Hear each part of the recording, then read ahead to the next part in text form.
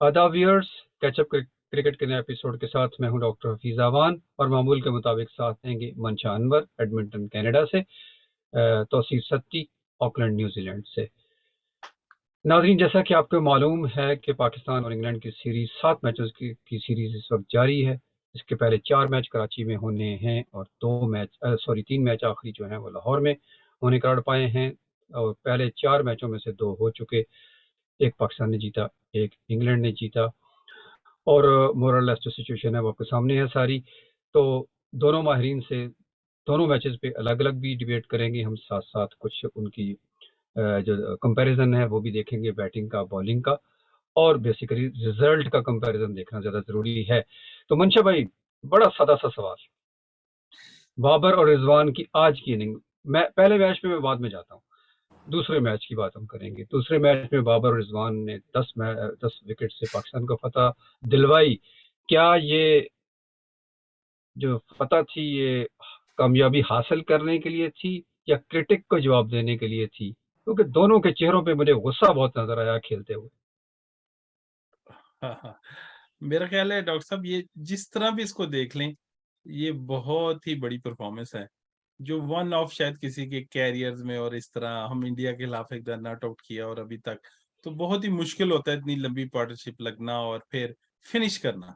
आखिर में 1-2 विकेटें गिर जाती हैं और कुछ ऐसे मसाइल हो जाते हैं। लेकिन ये जो उनकी पार्टनरशिप और जिस तरह की पाकिस्तान का हमारी सूरत-ए-हाल है, शुरू से अगर हम वसीम अकरम की टॉप साइड देख लें, 131 फाइनल में आउट होगी। तो मतलब वो हम ऐसा करते हैं और जो है ना अनप्रेडिक्टेबल है। तो उस हिसाब से अगर देखें और जितना प्रेशर था एशिया कप का और सारा, तो इसमें कोई शक नहीं कि आज की जो बाबर की खास तौर पे इनिंग थी, वो लाजवाब इनिंग थी और वो मेरे ख्याल है ओवरकम कर गई वो इतने शानदार रिज़वान खेले, लेकिन जो एक्सेलरेट किया उन्होंने, उसको ओवरकम कर गई। और साथ ही मैं इसको थोड़ा-सा ये भी कहता चलूँ कि ना ही हमारा मिडल ऑर्डर कहीं भी टेस्ट हुआ है और ना ही वो मसाइल वहाँ के वहीं है। मसाइल ज़रा भी जो है वो चेंज नहीं हुए। बॉलिंग भी हमने बिल्कुल अच्छी नहीं की और फील्डिंग भी अच्छी हमारा नहीं। को फील्डिंग भी बिल्कुल अच्छी नहीं की और हमारे कोई भी अभी मिडल ऑर्डर तो आया ही नहीं बैटिंग का। जी। तो इसका मतलब है सत्ती साहब कि ये दोनों चलेंगे तो मैच जीतेंगे, नहीं चलेंगे तो नहीं जीतेंगे। हाँ बिल्कुल, लेकिन देखिए अभी थोड़ा सा ना क्रिटिसिज्म के बाद बाबर ने अपनी गेम थोड़ी सी चेंज की है। पहले ये हो रहा था कि बाबर मेरिट पे खेल रहा था, अगर कोई बॉलर बुरा बॉल कर रहा है तो बाबर उसको मार रहा था, अगर बुरा बॉल नहीं कर रहा तो वो स्ट्राइक रोटेट कर रहा है, डॉट बॉल खेल रहा है। तो अगर आप इसमें देखें तो मेरे ख्याल है पाकिस्तान ने टोटल 19 ओवर में 24-25 डॉट बॉल्स खेले हैं, ठीक है, पूरी इनिंग में, सेकंड मैच में। और एशिया कप में हम 18-18 डॉट बॉल्स खेल रहे थे पहले 6 ओवर में, ठीक है, क्योंकि बिल्कुल। हम रिस्क नहीं ले रहे थे ना। तो जी। आई थिंक आकिब जावेद को काफी क्रिटिसाइज लोग करेंगे, लेकिन उन्होंने बड़ी अच्छी बात है कि उन्होंने कहा था कि बाबर जब तक रिस्क नहीं लेगा तो वो खुल मतलब ये कि दूसरी ऑपोजिशन के लिए थ्रेटनिंग नहीं है।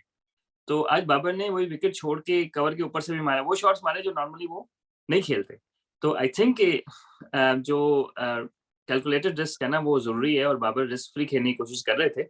और अब जो है वो आज उन्होंने खुल के खेला है, तो you can see the difference मेरे हिसाब से। तो आपका जो सवाल है, सॉरी, ये दोनों चलेंगे तो ऑब्वियसली दोनों लंबी बारी करते हैं, और ये 12 ओवर ऑन एवरेज खेलते हैं ना, अगर दोनों बारी करें, सही है। तो एज एन ओपनर तो फिर 8 ओवर रह जाते हैं, तो उसके लिए फिर हमारे एशिया कप में सामने 4 हिटर्स रखे हुए थे पीछे, तो वो सही है। और वो मैं भी डॉक्टर साहब कहता चलूँ कि आज बाबर ने एक तो गूगली पिक की और बैट एंड पैड साथ था और अगर 6 मारा तो उन्होंने फ्लैट बैट के साथ मारा। कुछ डिफरेंस था, बिल्कुल सती भाई की बात सही है और वो शॉटें उन्होंने खेली जो हट के जिसको हम कहते हैं और कवर के ऊपर से। तो यकीनन उन्होंने आज जो है वो एक उनकी कॉन्शियस एफर्ट नज़र आ रही थी और फिर अल्लाह ने भी साथ दिया उनका। जी। हाँ जी। अब वैसे गुगली से याद आया कि आदिल रशीद की पहली तीनों बालें बिल्कुल भी रिजवान को समझ नहीं आई, बल्कि रिजवान खुद ही उसको कहने लगे कि यार मैं इधर को खेल रहा हूँ, तुम उधर क्यों क्यों गेंद कर रहे ये हो। बड़ा इंपॉर्टेंट पॉइंट है डॉक्टर साहब, ये सती भाई से हम पूछेंगे टेक्निकली, क्योंकि जब हाथ उसका था, हाथ बॉल ऊपर से छोड़ा उसने हम्म, और वो गुगली वाला बॉल था और रिजवान भी गुगली खेलने गए तो लेग ब्रेक हो गई। अब या मैं ये पूछना चाहता हूँ कि कभी बॉलर छोड़ता है और वो होता नहीं है और कुछ और हो जाता है, ऐसा होता है? नहीं, असल में पता है क्या, कुछ लोग जो है ना, कि मैं एक लेग स्पिनर के साथ यहाँ पे काम करता था, वो न्यूजीलैंड के लिए खेले, तो उनका भी हाथ पीछे से आता था ना, उसका लेग स्पिन भी पीछे से आता था और गुगली भी। ये हाशिम आमला जो थे और जैक कैलिस, तो दोनों को उसने आउट किया शायद ना इधर। तो वो दोनों कहते हैं यार ये पीछे से गेंद कर रहा है तो लेग स्पिन किस तरह हो रहा है। तो आई थिंक अगर आप गौर से देखें तो हाँ ये जरूर हो सकता है कि अगर आपने लेग स्पिन किया और गेंद टर्न ना हुआ और सीधा गया हो ना, लेकिन जब आपने लेग स्पिन किया और गुगली हो जाए ये तो नहीं, वो तो गुगली ही उन्होंने किया होगा या लेग स्पिन का लेग स्पिन किया होगा। एक चीज जरूर है, आज उनकी जो अप्रोच मुझे चेंज लगी ना दोनों की, कि दोनों ने उसको स्वीप, उन्होंने क्रॉस, मतलब देखिए आप वर्टिकल बैट से कम खेला है, क्योंकि वर्टिकल बैट से आप तब खेलते हैं जब 100% श्योर हो गए गेंद किधर जा रहा है सही है। तो हॉरिजॉन्टल बैट से इसलिए खेलते हैं, जिस तरह आपको शायद याद हो 90s में साउथ अफ्रीका की टीम मुश्ताक अहमद को सिर्फ स्वीप मारते थे, वो और कोई शॉट ही नहीं, वो जैसे ही वो लेग स्पिन की आगे निकल के स्वीप, क्योंकि उनको ये था कि वो पिक तो होता नहीं था। तो आज मेरा ख्याल है दोनों ने, आदिल रशीद को शुरू में जो वर्टिकल बैट से जिस बात कर रहे हैं रिजवान फंसा, फिर उसके बाद उन्होंने वर्टिकल बैट से खेला ही, उन्होंने खेला ही उसको हॉरिजॉन्टल बैट से, तो उसमें फिर वो पिक ना भी करे तो चेक हो जाता है ना, मतलब हाँ चल डॉक्टर जाता साहब, है। ऐसे मैं बता दूं वो बड़े क्रुशियल छोटे छोटे पॉइंट्स होते हैं कि वो 3 बॉलर्स ने बहुत अच्छी की, और चौथा फ्लिपर था उसका, अगर हाथ से आप देखें फ्लिपर था, और उसको रिजवान ने स्वीप करने चला गया, और अगर वो लेग स्टंप की तरफ फ्लिपर ना होता और उसके पैडों पे सीधा लग जाता तो और अंडर प्रेशर होते वो, बेशक वो आउट ना होते और ओवर हो जाता, और आदिल रशीद का एक आ जाता, वो उनका उनका लग गया बल्ले से और चौका हो गया, और अगला उन्होंने बहुत लंबी टांग निकाल के एक बल्ले एक हाथ से स्वीप की 4 हो गया। तो वो जब वो बैटिंग का बता रहे थे चार्ट के, बाबर क्रीज से खेल रहे हैं और रिजवान निकल के खेल रहे हैं, वो निकल के भी थे, और वो जो एक बहुत बड़ी टांग करके स्वीप मार रहे थे, वो बॉल को बहुत आगे से ले रहे थे। तो वो जब ग्राफिक्स आए सामने तो ऐसे ही लगता था जैसे रिजवान हर बॉल निकल के खेल रहे हैं, हालांकि वो हर बॉल निकल नहीं रहे थे, वो बहुत अर्ली मीट कर रहे थे बॉल को। और स्वीप की इन्होंने बात की, बैन डक ने पहले मैच में मेरा हाल है अगर उसने 20 बॉलें खेली तो 18 रिवर्स स्वीप उसने मारे, और आज उसने अगर 50 बॉल खेले तो मेरा हाल है उसने शायद 40 स्वीप मारे उसमें, और बहुत अक्लमंद। ये चलें उस पे बात करेंगे जब मैच का कार्ड आएगा सामने। जी अच्छा, चले मैच कार्ड से पहले एक क्विक क्वेश्चन आप दोनों से। आज मैं कोशिश करूंगा कि शॉर्ट और क्रिस्पी क्वेश्चन रखूं, मेरे क्वेश्चन लंबे होते हैं और नाज़रीन कहते हैं कि आपका प्रोग्राम बहुत लंबा होता है। तो सिंपल सी बात है कि हम काफी सारे प्रोग्राम में बात कर रहे थे कि पाकिस्तान के पास लेफ्ट आर्म पेसर या मीडियम पेसर या फास्ट बॉलर नहीं है, जिसकी वजह से प्रॉब्लम हो सकती है पाकिस्तान को। एशिया कप में भी हमने ये बात बहुत ज्यादा की, लेकिन आज एक बात बड़ी अजीब देखने में मिली कि इंग्लैंड के तीनों पेसर जो थे लेफ्टी, इवन जो उनका लेफ्ट आर्म जो स्पिनर था, मतलब वो भी लेफ्ट आर्म था, यानी कि जो स्पिनर था वो भी लेफ्ट आर्म, और जो आदिल रशीद है वो भी लेगी हैं। तो यानी कि 5 बॉलर एक ही टाइप के थे एक्सेप्ट मोइन। तो उन 5 बॉलर्स ने मिलके बिल्कुल भी परेशान नहीं किया सिवाय वो चंद बालों के दोनों राइट आर्म बैट्समैन को। क्या वजह थी इसकी? अच्छा, मैं पहले आंसर करता हूँ। एक तो ये कि डॉक्टर साहब जिस तरह हम पहले बात कर रहे थे कि ऑफ एयर कि सेकंड बैटिंग में जो है ना वो थोड़ा सा टेम्परेचर गिर जाता है और थोड़ा सा आसान हो जाती है ना बैटिंग, सही है। सेकेंडली ये कि जो लेफ्ट आर्म हम एशिया कप में बात कर रहे थे, तो हम इंडिया के हिसाब से बात कर रहे थे कि उनके जो टॉप ऑर्डर बैट्समैन है वो जरा स्ट्रॉन्ग फ्रंट फुटेड बैट्समैन है, तो अगर कोई लेट अंदर लाएगा लेफ्ट आर्म तो वो फंस जाएंगे ना, जिस तरह होता है ट्रेंट बोल्ट, मोहम्मद आमिर, शाहीन शाह अफरीदी ने फंसाया था उनको। तो अब इसमें ये है कि वाइट बॉल आपको पता है कि जरा 2 कोट हुए होते हैं, उनको स्विंग करने के लिए स्किल चाहिए ज्यादा। तो सैम करन रेड बॉल से अंदर लाते हैं, व्हाइट बॉल से कम अंदर लाते हैं, तो वो कोई थ्रेटनिंग नहीं लग रहे थे ना, क्योंकि अंदर तो इन स्विंग तो करना है आपने as a left armer right hand के लिए, लेकिन लेट करना है। और जल्दी स्विंग हो जाता है वो टांग पे आ जाता है, वो इजी हो जाता है, तो लेट जो है वो उस हिसाब से स्विंग कर नहीं रहे थे। और मेरा ख्याल है शायद सेकेंड इनिंग्स में गेंद उतना ज्यादा टेम्परेचर गिरने की वजह से, क्या कह सकते हैं, थोड़ा सा विकेट थोड़ा सा ऐसा हो जाता है कि उतना ज्यादा स्विंग इफेक्टिव नहीं है। You have to be exceptionally skillful. जी मंशा भाई। बिल्कुल, आज मेरा हाल है विकेट मुश्किल था पहली इनिंग में, और सबका ये ख्याल था जितने भी माहिरीन थे कि बाद में बॉल क्रैक्स भी, बॉल फंसेगा भी, रुक के भी आएगा, स्पिनर को बहुत हेल्प करेगा। और ये ना जाने क्यों वेदर की वजह से, क्योंकि ड्यू भी नहीं पड़ी और बिल्कुल लाइट ड्यू थी, और लोग यही फिर वो माहिरीन भी यही कह रहे थे, वो लाइटर की वजह पिच थोड़ी जो है ना वो ठंडी होगी, जिसकी वजह से बॉल बिल्कुल सीधी होगी, बॉल बिल्कुल सीधी आना शुरू होगी, कि बिल्कुल जो हम भी एक्सपेक्ट कर रहे थे कि 3 स्पिनर खिला लिए और बहुत मसला करेंगे हमारे लिए, लेकिन वो बहुत अच्छा रिजवान आगे ले गए, मोइन को उन्होंने चांस ही नहीं दिया, जब मोइन आए उन्होंने अटैक करके उनको आउट ऑफ द अटैक कर दिया। तो मेरा ख्याल है कि ये वो जो आपने तीनों की देखिए सेकंड स्ट्रिंग है बिल्कुल, कोई अगर कहे कि बी इंग्लैंड की साइड है, टॉप प्ले और साथ मार्क वुड और तीसरा उनका वो जो वो खेलेंगे, ये लोग नहीं खेलेंगे जो प्लेइंग 11। बेन स्टोक खेलेगा, जॉश बटलर खेलेगा, ये बेन डक और ये लड़के नहीं खेलेंगे। तो मतलब ये लोगों को मैं समझ रहा हूँ कि हमारे लिए फिर भी अभी बहुत परेशान कुन हालात हैं कि हम उनकी एक किस्म की बी साइड से, और वो लोग शायद ट्राई कर रहे हैं कि आज टॉस जीत के, हर बंदे को पता है बाद में बारी करनी चाहिए, उन्होंने क्यों पहले बारी की? क्योंकि शायद वो प्रैक्टिस करना चाहते हैं कि टारगेट दे के क्या होगा। और हम अभी तक खुशदिल शाह को बारी नहीं करा रहे। हम भी चाह रहे हैं कि उसको प्रैक्टिस दें, उसको भी सामने लाएं, थोड़ा इन फॉर्म आ जाए, कि बजाय कि नवाज के पीछे करते करते उसको 18वें नंबर तो खुशदिल शाह 18वें का प्रॉब्लम है ना मंशा भाई कि वो कैच छोड़ के अपने आप को प्रेशर में ले आता है, तो फिर वो बैटिंग में भी परफॉर्म नहीं करता। देखिए, ये मेरा हाल है, ये वो यही बात है कि ये उसको कॉन्फिडेंस किस तरह मिलेगा। उसकी पहली चीज क्या है? बैटिंग। अगर बॉलिंग कर लेगा एडवांटेज, फील्डिंग अच्छी के एडवांटेज, तो वो ये उसको बैटिंग में आने दे, जिससे बाकी उसकी सारी चीजें सही हो जाएंगी। आज मेरा हाल है बेहतरीन मौका था इफ्तिखार और खुशदिल को ओवर करवाने का, आज भी ओवर नहीं करवाए। तो मैं खुदा जाने कि कौन सा मैच इजी समझेंगे जिसपे उनको ओवर करवाएंगे। जी, तो अगर मैं शेयर कर दूं डॉक्टर साहब, या कोई जी जी, बिल्कुल क्वेश्चन? बिल्कुल तो पहला मैच पहली, पहले हाँ जी, पहले मैच में हमने पहले बैटिंग की है, जी पाकिस्तान। 160 किया पाकिस्तान ने। जी। मतलब अच्छा स्टार्ट के बाद वो अनफॉर्चुनेटली सेकंड हो गया हिस्से में शेयर? हम। जी बिल्कुल। जी। जी, तो अगर मैं ये ऊपर से सती पे पहले ले लूं बैटिंग, तो रिजवान एज यूजुअल अपना वो उसी तरह खेले जिस तरह आज भी खेलते हैं, और वो रन बॉल खेले, और बाबर आजम अच्छे 6 ओवर खेले। मेरा ख्याल है वो जो बात हो रही है वो सारी मिडिल ऑर्डर पे है, कि रिजवान और बाबर क्या कर रहे हैं। इन्होंने 10 में 87 पहले में भी किया पाकिस्तान ने, और आज भी 10 में 87 किया। अब उसके बाद आगे आज वो फिनिश ना करते तो भी उनकी गलती नहीं थी। फिनिशर अब पीछे 9 प्लेयर है, आखिर किसी को तो मतलब खेलना चाहिए। एनीवेज उसके बाद हैदर अली आए, और हैदर अली मेरा ख्याल है कुछ सिंगल उन्होंने किए, लेकिन उस टाइम दोनों साइड पे मैच चल रहा था। इंडिया और ऑस्ट्रेलिया का मैच उसी टाइम चल रहा था, और इधर से पाकिस्तान का मैच चल रहा था।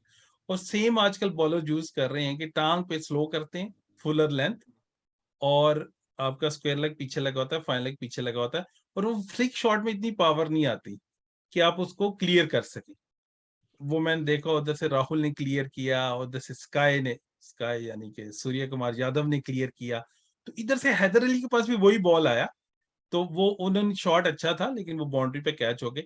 लेकिन मैं कह रहा हूँ कि थोड़ी सी अप्रोच और थी, कि हम अब थे 10 में 87 है, 13 पे 11, मेरा हाल है पहली 6 गेंदों में इनको 1-2 बॉल मारने चाहिए थे। राइट, मतलब इट्स टोटल। बैन डक आया, उसने भी अपनी पोजीशन के लिए खेल रहा है, वर्ल्ड कप में नहीं है, लेकिन उसको पता है ये टूर इंपॉर्टेंट है। उसने 18 रिवर्स स्वीप मारी है, सारी उस्मान कादिर, तो क्या हो गया? Right, you have to play for the team too. और ये सती बात से टेक्निकली मैं पूछूंगा कि कोच जो कहे वो करना पड़ता है, या खुद कुछ चेंज करते हैं। एनीवेज, शान मसूद आए। शान मसूद मुझे बिल्कुल ऐसे ही लगे जैसे आसिफ अली बैटिंग कर रहे, आउट ऑफ शॉट लगे। सारी उनकी शॉटें जो थी हट के, बिल्कुल सही शॉटें नहीं लगी। शायर अफरीदी से एक बता किसी ने सवाल पूछ लिया कि आपके ख्याल में ऐसा होता है कि कोई पर्ची लेके टीम में और बाद में सेट हो जाए? उन्होंने कहा बहुत मिसालें। उन्होंने कहा कोई मिसाल आप दे सकते हैं? उन्होंने कहा शान मसूद। राइट, तो शान मसूद बिल्कुल जब मेरा ख्याल है डॉक्टर साहब हम भी थे, तो हमें याद है एक टेस्ट में इंग्लैंड के लिए टीम अनाउंस हुई और शान मसूद का नाम आ गया। राइट, तो we ji. Were astonished. Right, पर लेटर ऑन जब एक टेस्ट में मैंने उनका 100 देखा और हम दोनों डिस्कस किया, तो मैं कहा डॉक्टर साहब आज अगर खेला है तो शान मसूद शान सबसे मसूद बचेगा। खेला, याद है मुझे राइट, बिल्कुल। तो विद द जी पैसेज ऑफ टाइम उन्होंने बहुत ज्यादा इंप्रूव किया, और वो अब मेरा ख्याल है हर बंदा कह रहा है कि उनकी टीम में होना चाहिए। इफ्तिखार एज यूजुअल नीचे वो अपने पॉइंट नंबर पे आए, तो थोड़ा सा वो, मेरे हिसाब से जितना भी टाइम इफ्तिखार को मिल रहा है, इस तरह खुशदिल को, आसिफ को भी मिलना चाहिए। आसिफ को 1 डाउन भी खिला सकते हैं, खुशदिल को भी 1 डाउन खिला सकते हैं, उनको टाइम दे विकेट पे। अब यहाँ पे नवाज को भेजने का कोई लॉजिक मुझे समझ नहीं आया, कि खुशदिल हैं और नवाज आ रहे हैं, तो ये उसके साथ भी ज्यादती है। तो ये तो मेरा ख्याल है हमारा है, और ये बिल्कुल 10 से 87 200 वाली विकेट थी, और इन्होंने 160 उस पे किया। जी सती भाई। हाँ जी, बिल्कुल। एक तो मुझे नहीं समझ आती कि अगर खुशदिल शाह को आपने पावर हिटर रखा हुआ है और स्टार्ट अच्छा मिल गया, तो फिर उनको उन्हीं से काम कराएं जिस काम के लिए रखा हुआ है। तो आई थिंक पहले ये हो रहा था कि जब विकेट जल्दी गिर रही थी तो वो बेचारे को समझ नहीं आ रहा था कि भाई मैं 10 ओवर का करूंगा क्या या 12 ओवर का क्या करूंगा। तो अब तो ये तो आइडियल सिचुएशन थी जहाँ एक मतलब 2 डाउन उसको आ जाना चाहिए था मेरे ख्याल है, जहाँ पे शान मसूद आए वहां पे खुशदिल को। और वही बात है कि पहले गेंद से मारे 2 दिन 3 गेंदे 4 गेंदे 6 गेंदे जितने भी खेले अपनी तरफ से खुल के खेले और that's what his role is, right. तो बिल्कुल आई डोंट नो कि मतलब उस टाइम उसको ऊपर भेज देते तो लेफ्ट एंड राइट का भी कॉम्बिनेशन हो जाता है, क्या कहते हैं, वो तो शान मसूद भी लेफ्ट हैंडर ही है, लेकिन आई थिंक वहां से हमने थोड़ा सा मिस किया। अगर नवाज को ही उससे ऊपर खिलाना तो फिर खुशदिल शाह को खिलाने की कोई लॉजिक नहीं बनती मेरे हिसाब से। राइट। और जहां पे हम थे तो जनरली एक हमने वो रखा होता है कि यार 11 ओवर के बाद स्कोर डबल होना है ना।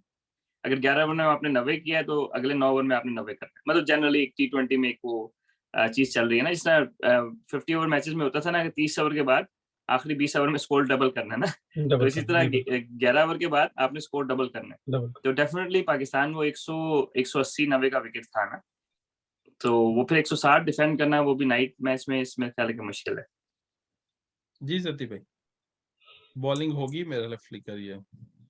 हाँ, बॉलिंग में वही आदिल रशीद ने जो क्या कहते हैं हमारे बैट्समैनों को गुगलियों पे और चेंज उस पे ना फंसाया हुआ था कि वो पिक नहीं कर पा रहे थे। लेकिन क्या कहते हैं आई थिंक ओवरऑल इंग्लैंड की मुझे अच्छी बात ये लगी पाकिस्तान के निस्बत कि उन्होंने 6 बॉलर यूज किए। ठीक है, बेशक मोइन अली को मार पड़ गई जो भी है, पाकिस्तान 5 बॉलर यूज कर रहा है। अगर वही खुशदिल से अगर बॉलिंग भी नहीं करानी है और उसको 8वें नंबर पे खिलाना है तो I can't say any reason ना। जी, और ये मोइन ने भी ऑफ पाकिस्तान स्टंप पे अच्छा इनटू द विकेट बॉल करके स्टंप करवाया उसका रिजवान को। बाकी जो उनकी ग्लीसन है उन्होंने डेब्यू से ही अच्छा, और वो अपने डोमेस्टिक सर्किट में तो अच्छे थे। और ये लुक वुड जो उनके नए उन्होंने डेब्यू कराया लेफ्ट आर्मर, कैसा लगे आपको सती भाई? हालांकि मतलब ये कि वो उनको जरा काउंटी क्रिकेट वगैरह में तो देखा है तो वो असल में वहां पे क्रिकेट इतनी ज्यादा हो रही है इंग्लैंड में, अब वो 100 भी है और काउंटी क्रिकेट का T20 भी है, तो इन प्लेयर्स का वाइट बॉल का एक्सपोजर बहुत ज्यादा है कंपेटिटिव वाइट बॉल क्रिकेट का। और इंटरनेशनल प्लेयर्स आपको पता है काउंटी क्रिकेट में काफी सारे आगे पीछे से आते हैं, तो उनका जो प्लेयर आ रहा है तो ऐसे लग रहा है कि वो तैयार है ना जी इंटरनेशनल क्रिकेट के लिए, तो वो कहीं आउट ऑफ सॉर्ट्स नहीं लगे, वो ऐसे लगा कि ही बिलोंग्स है। जी, तो अब हम पहले में इंग्लैंड की बैटिंग अब हमने देखनी है, राइट? जी। England bowling, England batting. Alex Hales ने जो है वो क्या कहते हैं कमबैक कमबैक किया किया, ये जबरदस्त। क्या कमबैक किया, जबरदस्त जी, कमबैक। और ये सती भाई अगर मैं लूँ तो फिल शॉट तो वो आपको पता है वो तो पहली बॉल से मारते हैं। और मतलब मेरा हाल है शायद वाहिद पाकिस्तान की टीम है, अगर आप एशिया कप का फाइनल भी देख लें तो श्रीलंका भी चला के गेम कर रही है, सिर्फ हम ही है 10 ओवर की कर रहे। मेरा हाल है 10 ओवर की प्रॉब्लम नहीं, 10 ओवर के बाद की प्रॉब्लम। एलेक्स हेल यकीनन वो तो एक मंजे हुए प्लेयर है, 3 साल बाद आए हैं, जो उन्होंने नहीं खेली आपने देखा किस कदर टाइम था उनके पास हर शॉट के लिए। बाकी दूसरे जो मैं चाहता हूँ शुरू से कि डेविड मिलान चलें, 35 के हो गए हैं, लेकिन मेरा हाल है वो वो इंसाफ नहीं कर सके अपने टैलेंट से। मेरा हाल है बहुत ही की प्लेयर है इंग्लैंड के T20 के, अभी T20 वर्ल्ड कप के लिए। और बेन डक उन्होंने बिल्कुल टीम के लिए खेले। उस्मान कादिर से वो उस्मान कादिर को समझ ही नहीं आ रही थी कहाँ बॉल करूं, क्योंकि इट्स वेरी डिफिकल्ट कि वो आप एक रिवर्स स्वीप मार रहा है, मैं पीछे पॉइंट लूं कि पीछे मिड विकेट लूं।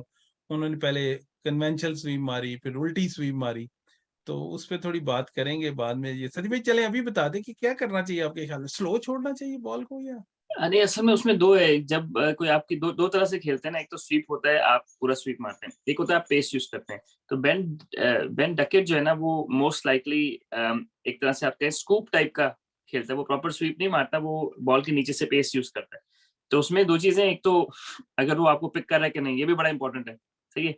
तो जनरली स्पीकिंग अगर मैं किसी के साथ काम कर रहा हूँ तो मैं उन्हें कहूंगा पेस वेरी करें ना, यानी कि अपनी पेस वेरी करें। तो उसमें ये होता है कि वो जिस तरह अभी बोल्ड भी हो गए ना खेलते हुए इसी तरह, तो जब पेस वेरी कर रहे होते हैं तो वो फिर अगर वो गेंद स्लो है और वो छोटा स्वीप मारने चले गए हैं तो लगेगा नहीं, ठीक है।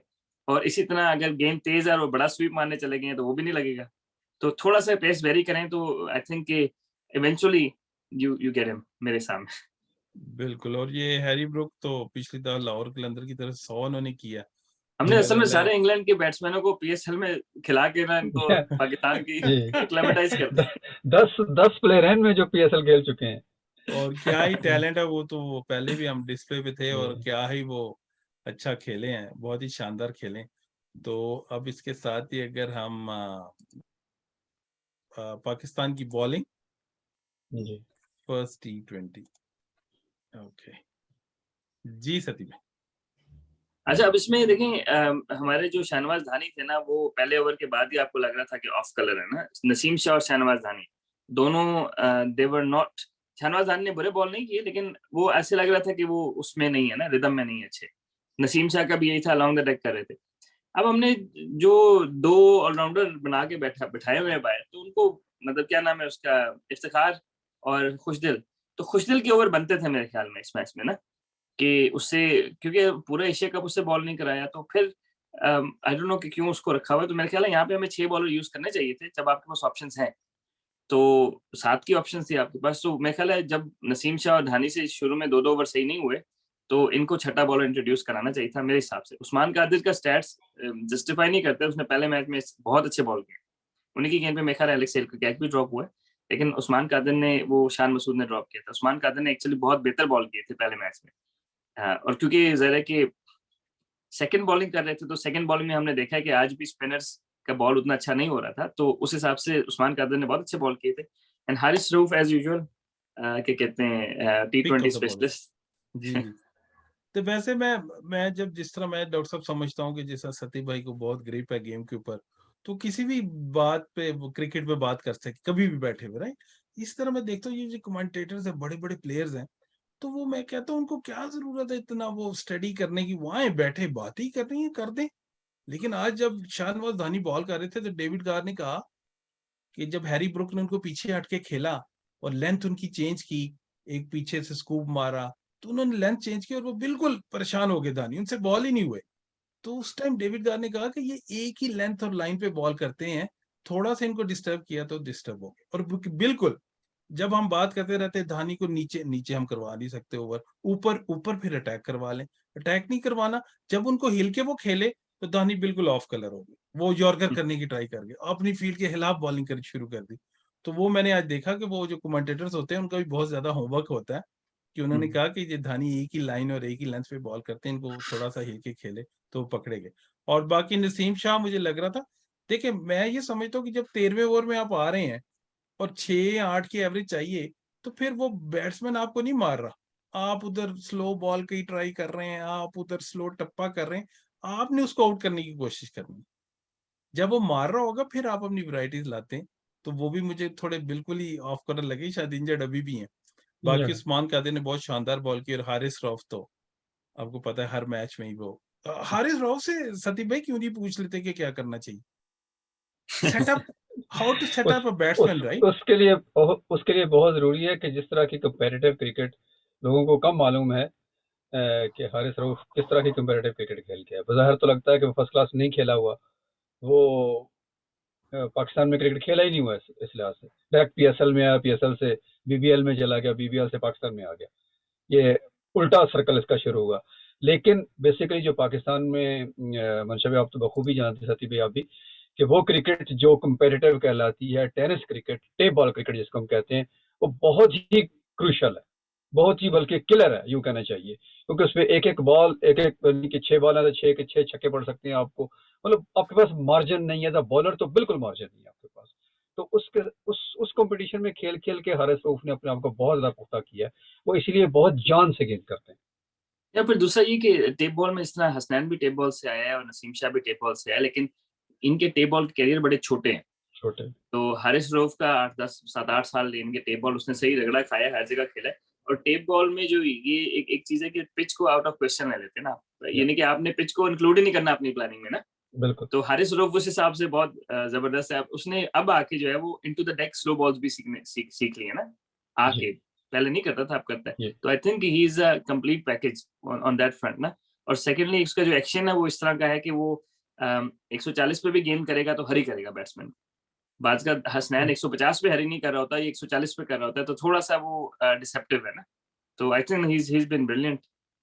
अब मेरा ख्याल है वैसे जब वो आए थे मैं नहीं से समझता टेस्ट बॉलर बन सकते हैं, शायद स्विंग नहीं करते, इनटू द डेक करते हैं, स्लो बॉल करते हैं, टेप बॉल की तरह है, एक पूरी कर दी, एक टप्पा कर दी, एक स्लो कर दी, एक पूरी कर दी, एक टप्पा कर दी। लेकिन बहुत क्विक लर्नर है। मेरा ख्याल है बिल्कुल शॉन टेट से भी उनको बहुत ज़्यादा फ़ायदा हुआ है, क्योंकि बिल्कुल सतीश भाई की बात बिल्कुल सही है कि इनटू द डेक आज उन्हें स्लो करके फिल सॉल्ट को पहले सेटअप किया और उसी लेंथ पे उन्होंने तेज़ की जिस पे वो बोल्ड हो गए। तो अभी हम सेकंड की तरफ आ जाएँ डॉक्टर साहब। जी जी सर। सेकंड टी20 और पहले बैटिंग की है इंग्लैंड ने। इंग्लैंड ने आखिरी 3 ओवर में 40 रन किए उन्होंने, 40-45 इज़ दैट राइट? 40। ये वाली जी, नहीं जी। हाँ? और टॉस अ, जीत के ये जी। थोड़ा उन्होंने इ T20 के इंग्लैंड पॉइंट ऑफ व्यू से थोड़ा डिफरेंट फैसला था उनका। नहीं, आई गेस कि वो उन्होंने ज़्यादा कि अपने आप की वो टीम को टेस्ट भी करना था शायद इस वजह से भी। This is right? जी। या ओके। जी, तो मैं ले लूँ या कैसे? अच्छा चलें मैं कर रहे तो फिल सॉर्ट और वो बिल्कुल वो बॉल उनके बल्ले पे नहीं लग रही थी, थोड़ा स्विंग भी हो रहा था, दोनों ट्राई करते रहे, कोई स्लिप के ऊपर से लग रही है, कोई इनसाइड एज लग रहा है, लेकिन इंटेंट द की थिंग थी, इंटेंट उन्होंने नहीं छोड़ी किसी तरह। और डेविड मिलान अनलकी रहे, लेग स्टंप से बोल्ड बैट्समैन होते नहीं है, अनलकी रहे, थोड़ा शफल कर गए।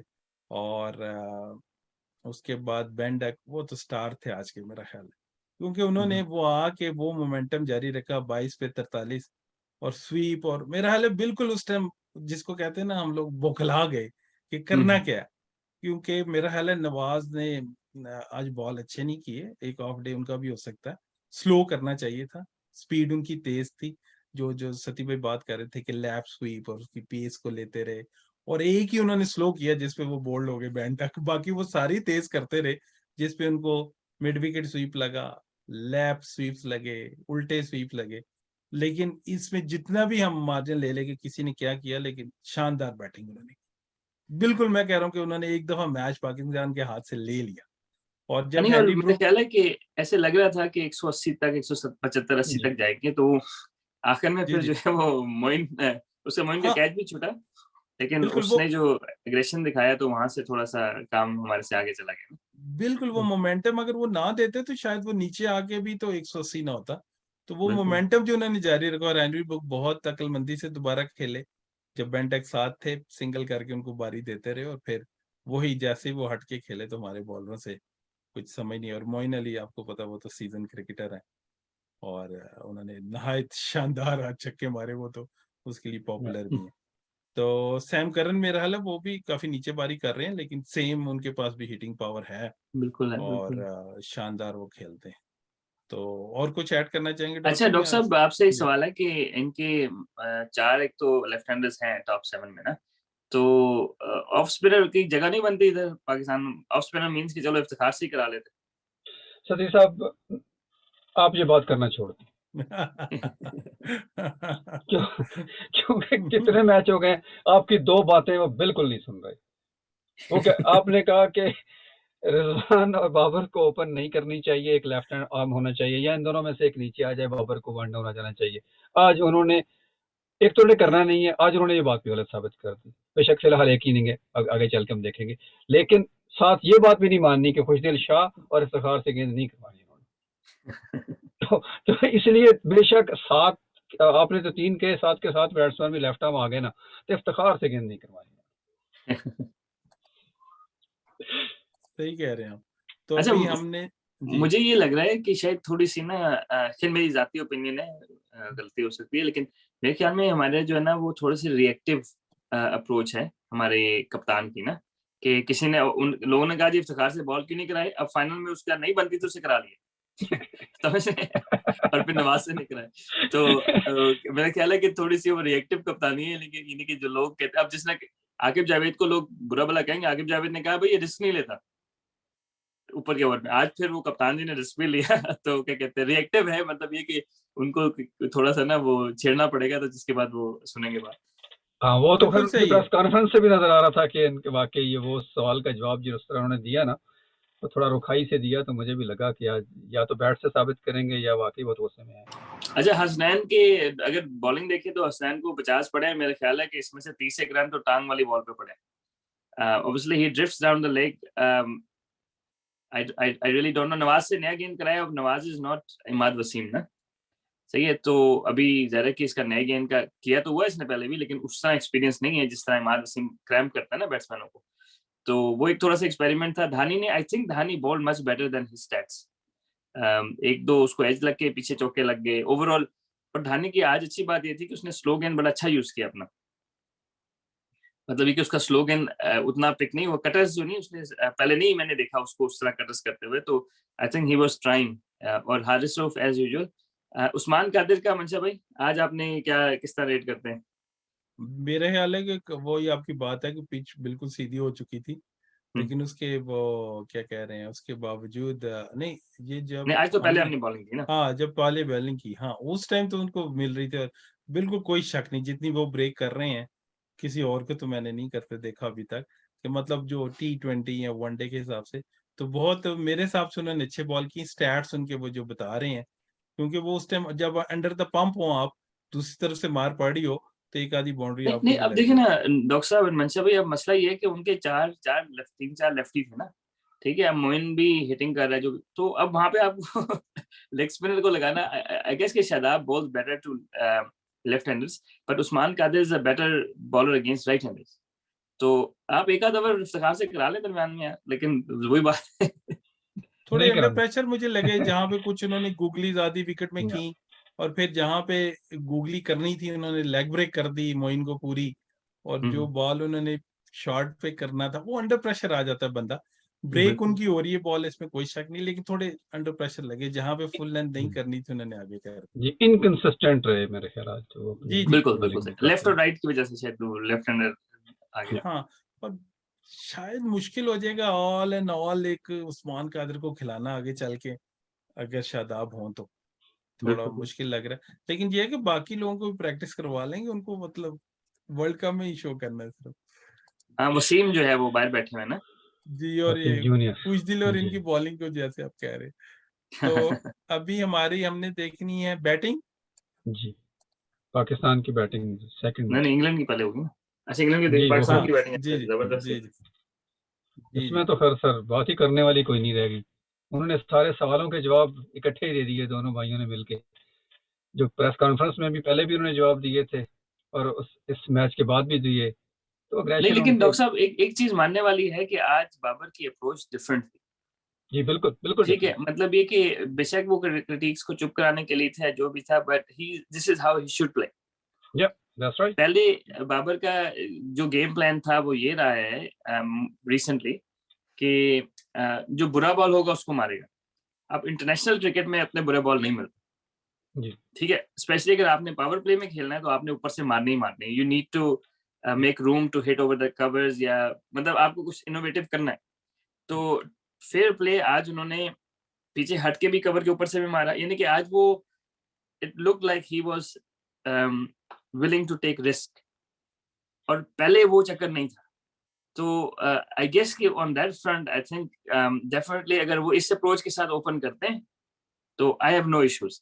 देखें आज जब बाबर पहले खेल रहे थे जिस तरह एशिया कप में, तो हम 6 ओवर में 18 बॉली डॉट्स खेल रहे थे ऑन जी। एवरेज एशिया कप में। ठीक है, आज हमने ऑलमोस्ट 20 ओवर बारी की है और 24 बॉली डॉट्स खेले। हम्म, समझ, यानी कि हम कहाँ 50 डॉट्स खेल रहे थे, 48 डॉट्स खेल रहे थे, वहां पे 24 पे आ गए। तो विच मीन्स के they are taking the risk, right? यानी कि अब वो खुल के खेल रहे हैं ना। तो अगर वो इस तरह खेलें तो उसमें तो किसी को इतराज नहीं होना चाहिए। लेकिन he hasn't been playing like that ना, वो शेल में रह के और वो इधर उधर बुरे बॉल का वेट कर रहे थे, तो वो तो बुरा बॉल कम ही मिलता है इंटरनेशनल क्रिकेट में। तो जिस तरह आज खेलें, अगर इस तरह खेलें तो I have no issues for him to open. मंशा भाई। और जी बिल्कुल, और मैं कह रहा हूँ कि मतलब हम बात करते हैं कि 10 की एवरेज चाहिए, 15-15 के दो लग जाए, 20 के एक ओवर लग जाए, तो वो हम नहीं थे खेल रहे। अगर एक तरफ से रिजवान मार भी लेता तो शायद ये सिंगर करके बस जी 12 हो गए, 14 हो गए। तो आज वो जो मोइन अली का ओवर था मेरे लिए वो टर्निंग पॉइंट था, कि पहले 2 6 लग चुके थे और ऊपर से एक रिजवान ने 6 मारा। तो ये जो है एक टर्निंग हो जाता है, आपका मोमेंटम आपकी तरफ आ जाता है, वो जो 11 की एवरेज एकदम 9 8.5 पे आ जाती, आप इजी हो जाते, बॉलिंग पे प्रेशर आ जाता। यकीनन आज वो जो अप्रोच थी उनकी वो चेंज थी। और बॉलिंग की तरफ आ जाए तो मेरा ख्याल है कि वो क्रिकेट जो है वो बहुत बड़ा लेवलर है। वो जो डेब्यू किया लुक वुड ने पहले मैच में और उनको मैन ऑफ द मैच हुए, तो यकीनन आज थोड़ा वो मुश्किल उनको लगा, क्योंकि विकेट में कुछ भी उनको नहीं था मिल रहा, थोड़े अंडर प्रेशर नजर आए, क्रूशियल मौके में वाइड्स की, लेंथ उनकी चेंज हुई फील्डिंग के अलावा। और आदिल रशीद मेरा ख्याल है की बॉलर है उनके T20 के, मेरा लग रहा है इंग्लैंड के वर्ल्ड कप के चांसेस हैं, तो आदिल रशीद को परफॉर्म करना पड़ेगा, और वो है उनके एस बॉलर है। लियम डॉसन नहीं है, डॉसन इसमें एक्सपीरियंस क्रिकेटर है, बैटिंग भी अच्छी करते हैं, लेकिन जितने भी आज उन्होंने बॉल किए वो मेरा ख्याल है बहुत अक्ल से उन्होंने बॉल किए, कुछ मिल नहीं थी रही उनको हेल्प, तो उन्होंने काफी अक्ल से बॉल किए इन दोनों के खिलाफ। और विली भी एक नॉन और वो कमोडिटी है, और वो वही बात है सती भाई की, स्विंग ना मिले इन बॉलर्स को ऊपर से तो फिर जरा रन बचाना मुश्किल हो जाता। और मेरा ख्याल है कि इंग्लैंड ने जिस तरह एक तरह से ना वो लेफ्ट आर्म स्पिनर बना के क्रैम्प करने की कोशिश की ना, तो दो अप्रोचेज होती है ना, एक होती है कि आपने जल्दी विकेट्स लेने, क्योंकि पाकिस्तान के खिलाफ जो भी ऑपोजिशन हो ना उसको जल्दी विकेट्स लेने अटैक करना चाहिए पाकिस्तान। अगर आप रन रोकने गए ना तो ये लोग बारी लंबी करके तो फंस जाएंगे। अब आपके पास सैम करन था जो नया गेंद अंदर स्विंग करता है, बाद का टेस्ट में भी इन्होंने एक आध कुछ मैचेस में नया गेंद कराई, इनके वो जेन्युइन स्विंग बॉलर है, तो आपके पास ऑप्शन थी ना जेन्युइन स्विंग बॉलर के ऊपर। तो उसमें ये होता है कि पहले 3 एक ओवर में एक गेंद भी अच्छा स्विंग हो गया तो बैट्समैन गया ना, क्योंकि ज़ाहिर है कि लेट स्विंग हो गया, अंदर बाहर हो गया। तो लियम डॉसन को उन्होंने नो डाउट स्ट्रेटजी उनकी थी कि वो क्रैम्प करेंगे प्लेयर्स को, और ये बाबर सेट स्पिन को इतना अच्छा नहीं खेल रहे आजकल। लेकिन मेरा ख्याल है कि पाकिस्तान के खिलाफ अगर आपने जीतना है ना, तो आपने शुरू में अटैक करना है। अगर तो क्योंकि हमारा मिडिल ऑर्डर एक्सपोज हो जाए तो वहां पे हम फंसते हैं, तो वो नहीं हुआ। आज उन्होंने जरा थोड़ी सी डिफेंसिव क्रिकेट खेली इंग्लैंड ने, and in the end it paid the price ना। इंटेंट देख लें आपके, मतलब जहां कैच ड्रॉप हुआ लियम डॉनसन में, रिजवान ने बाहर निकल के मारा, खड़ा हो गया बॉल, उससे नेक्स्ट बॉल पे उसने सेम बॉल सेम लेंथ और उसने 6 मारा, और अगेन प्रेशर वापस इंग्लैंड पे। तो ये इंटेंट और अप्रोच बहुत जरूरी। जी बिल्कुल, रिजवान को 2 चांस मिले, बल्कि बाद में स्टंप का चांस था, वो भी हाँ, बॉल वो कीपर के बहुत बड़ा हाथ में मिस हुआ। नहीं आई। जी जी या उन्होंने भरपूर फायदा उठाया, बल्कि उनका स्ट्राइक रेट बाबर से बेहतर है। या जी। वो चूंकि 100 की वजह से ज़रा बाबर ऊपर आ गए हैं, कैप्टन बाबर भी ने बहुत ज्यादा खेले ना, बाबर बहुत उसने 8 ओवर खेले, बाबर ने ऑलमोस्ट 12 ओवर 11.5 ओवर ऑलमोस्ट खेले। 12 ओवर खेले। या और ये लेफ्ट एक राइट स्टैट है सती भाई जो शेयर करना, सती भाई ने ये स्टैट कहीं से निकाला है, कि कैसा स्टैट है जी, डॉक्टर साहब देखें जरा। बहुत खैर हो भाई। Most T20 century opening stands, Babar Azam plus Rizwan, 6 partnership 1621, average 55, inning 31। Amazing है सर। नहीं, जबरदस्त। ये तो खुद ही बता रहा है सर, इसमें हमारा तबसरा करने की जरूरत ही नहीं है। हाँ नहीं, क्योंकि उसमें वो आईपीएल है ना, वो आईपीएल हैदराबाद की तरफ से, या, और ये इंटरनेशनल क्रिकेट है, तो बिल्कुल काफी फर्क है जी। बहुत फर्क होता है। या, बिल्कुल मतलब ये कि अगर आप देखें कि अगर हम थोड़ा ऑल्टरनेटिव, मेरा अगर ओपिनियन मैं इसमें दूं, अब उसमें प्रॉब्लम ये होती है कि जो ये जिस तरह आज खेले हैं ना, दैट वाज परफेक्ट राइट। इन पास ये थोड़ा सा स्लो खेलते रहे शुरू में और रन्स किए, अच्छा खेले, लेकिन जब ये स्लो खेलते हैं ना तो you can not win tournaments like that. क्योंकि जब आप तेज खेल रहे होते हैं ना तो बॉलर को पता है कि यार बाबर ने हट के भी मारना है, बाबर ने ये भी करना है, वो भी करना है। Rizwan is always innovative right. तो अब उसमें ये होता है कि जिस तरह की 6 पार्टनरशिप्स हैं 31 में से, तो दैट्स 1 in 5, ठीक है। तो बाकी जो 25 इनिंग्स हैं, क्योंकि हमारा प्रॉब्लम वही आ रहा है कि जहां पे इनमें से एक बंदा जल्दी आउट हो जाता है तो हमारा मिडिल ऑर्डर जो है वो फंस जाता है। तो लेकिन अगर बाबर की जो आज अप्रोच थी उससे खेलें तो फिर बेशक रिकॉर्ड्स ना बने, लेकिन ये कि जो अपोजिशन है ना वो they become under pressure straight away.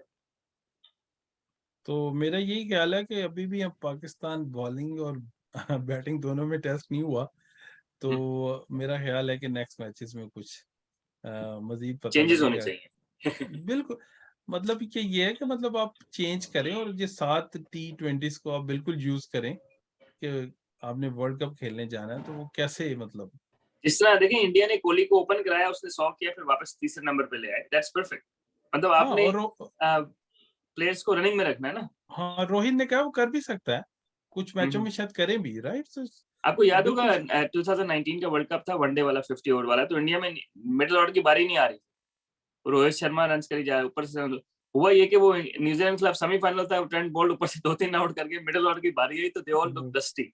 क्योंकि बारी नहीं आ रही थी, तो क्या कहते हैं, तो एक ये भी हाइंडसाइट, ये ब्लेसिंग इन डिस्गाइज, मतलब it could obviously fire back, लेकिन आई पर्सनली थिंक कि जो हमारे रिसोर्सेज है ना सारों को, अगर रिजवान का कोई निगल वगैरह चल रहा है तो उसको रेस्ट करा दें, और हारिस को, क्योंकि वो बैकअप कीपर तो वही है ना, तो उसको चांस दे दें, मतलब इस तरह थोड़ा सा शफल करना चाहिए। लेकिन जाहिर है कि अभी एक एक हुई है सीरीज ना, तो अगर पाकिस्तान सीरीज जीतने जा रहा है तो फिर जिसको भी चांस मिलेगा आखिर 2 मैचेस में मिलेगा। वो भी डिपेंड करता है, अगर 3-3 हो गया तो फिर एग्जैक्टली फिर मुश्किल हो तो जाएगी, फिर इट आखिर रियली डिपेंड्स कि पाकिस्तान इसको किस तरह ले रहा है ना इस सीरीज।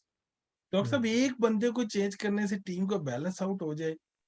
मेरा ख्याल है अभी तो सिर्फ 2 ही बंदे, उसके अलावा किसी को भी आप चेंज कर सकते हैं। बिल्कुल सही बात है, हम बारहा ये बात कर चुके हैं कि नो डाउट सर पाकिस्तान के अगर पहले 2 खुश के बाद किसी को मर्जी चेंज कर खुशदिल दें, से बॉलिंग नहीं करानी और 8वें नंबर पे खिलाना है तो उसकी जगह किसी को भी खिलाना है। किसी को भी खिला दें सर, बिल्कुल, इसमें कोई शक और नहीं है। हमारे सिलेक्टर से, क्योंकि मीडिया बहुत स्ट्रांग है, बहुत ज्यादा सवाल हो रहे हैं, मोस्टली चैनल्स वाले कर रहे हैं कि कहाँ गया फ़हीम अशरफ और कहाँ गए लोग, तो उसने कहा आप आमिर का नाम क्यों नहीं लेते, और 2-3 नाम उन्होंने ले लिए। बिल्कुल उन्होंने तो वो कह रहे हैं मैंने तो पूरा D20 टूर्नामेंट देखा है, आपने तो एक मैच देखा है।